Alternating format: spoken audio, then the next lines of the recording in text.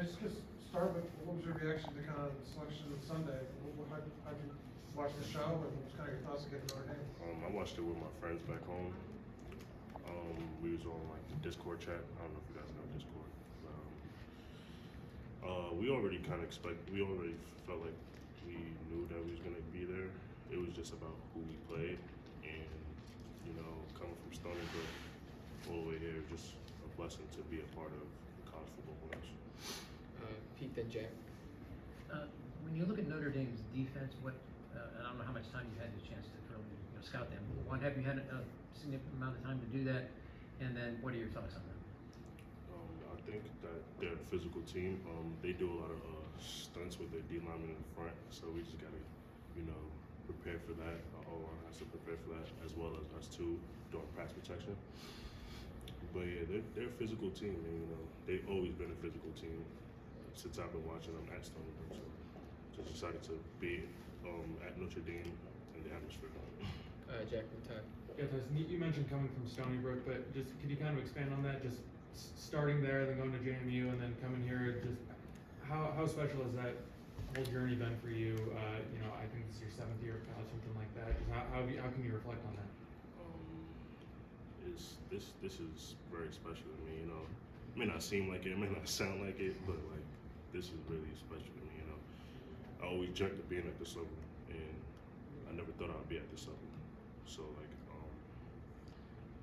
and being in the college football playoffs like that, like it's just a blessing, and I'm very thankful. I'm thankful for Sig for believing in me to being a part of this team. Then Seth. Ty Son, it seems like from the outside looking in, it's been a pretty smooth ride for this team this year. Is it as smooth as it seems from the inside point of view? Has there been anything that's tested you, created adversity or anything like that? Yeah, obviously, we took a big loss against Ohio State, and I feel like as a team we didn't really feel like the crowd noise really took a toll on us as a team. So you see, we've been practicing with the crowd noise nonstop ever since then. So I think that was a big learning point for us, where we need to tie that into Notre Dame, because they have a big fan base as well. So we just got to be ready for it and learn from that mistake against Ohio State. Seth and Josh. Yeah, Ty Son, James Carpenter came in here. I mean, you were in here, called it like a once-in-a-lifetime opportunity that you guys have right now. How do you kind of balance taking it all in and just kind of allowing yourself to appreciate the position that you're in, and obviously still being able to control your emotions and stay locked in like that? Me personally, it's been always easy for me to control my emotions. Always growing up, I've been keeping my emotions kind of bottled in. So I feel like it's easy for me. I appreciate the opportunity, but it's just another game for me. At the end of the day, I wanted to be here. I wanted to play in front of all these big crowds and stuff. So to me, it's not. Josh and Zach. Ty Son, you've said over and over again that you're old school, don't really go on social media, but do you realize, you guys recognize how much of an impact you guys have had on the Bloomington community? Me personally, nah. I haven't.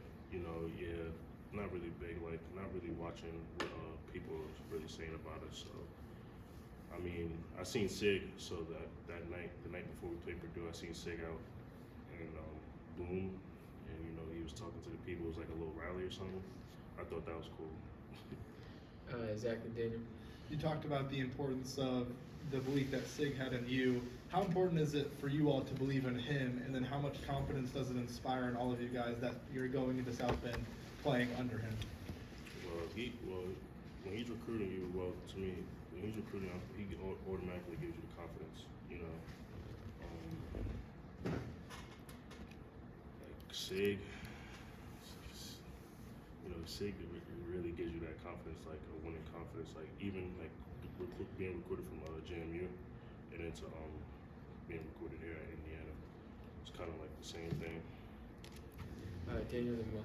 I was looking through the old Stony schedule, and I think you guys played 3 games on ESPN platforms over 4 or 5 years.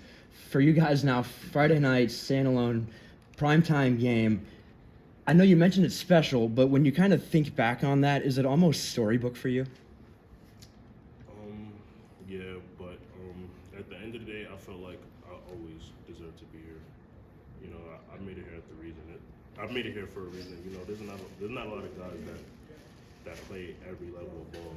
If they did, they'll go down. Like, there's not a lot of guys that climb up the ladder. You know, so I'm just very grateful for that. Will and Dylan. Tyson Miles just spoke to us, and he said he kind of had mapped out since January that he would see Indiana in this position in the playoff. When you committed here back when you did you have sort of an idea that Indiana would go as far as they did, or were you just ready to play another 12 games? Yeah, always, you know, playing under SIG, and I only played with him for 1 year, so it's not like I played with him for a couple years, but just that 1 year at JMU, just like the winning mindset, like practicing hard, like taking pride in just practicing hard and stuff. Yeah, I think. Dylan and Joe. Do you find yourself getting off that kind of game mentality track with all these weeks off between the Purdue and the next game, or do you still find yourself being focused in? Still being focused, and you know, we had some good off days, but not a lot of off days. You know, too many off days isn't. I feel like it isn't good for us. But I feel like we're still locked in. Joe and then Colin last one. Has there been any conversations that you've had maybe these past few weeks with some of the other JMU transfers that came in from last season to now? Like, oh, this is what's happening with this team. Yeah, we do have some of those. We do have those conversations. We felt like if we all stayed at JMU, that we would still be in the college playoffs over Boise State. So you know, that's how we felt. And Colin last one. The offensive line has been great all year, but have you seen them grow from week 1 until now, and what have you seen them do to prepare for the challenge Notre Dame presents?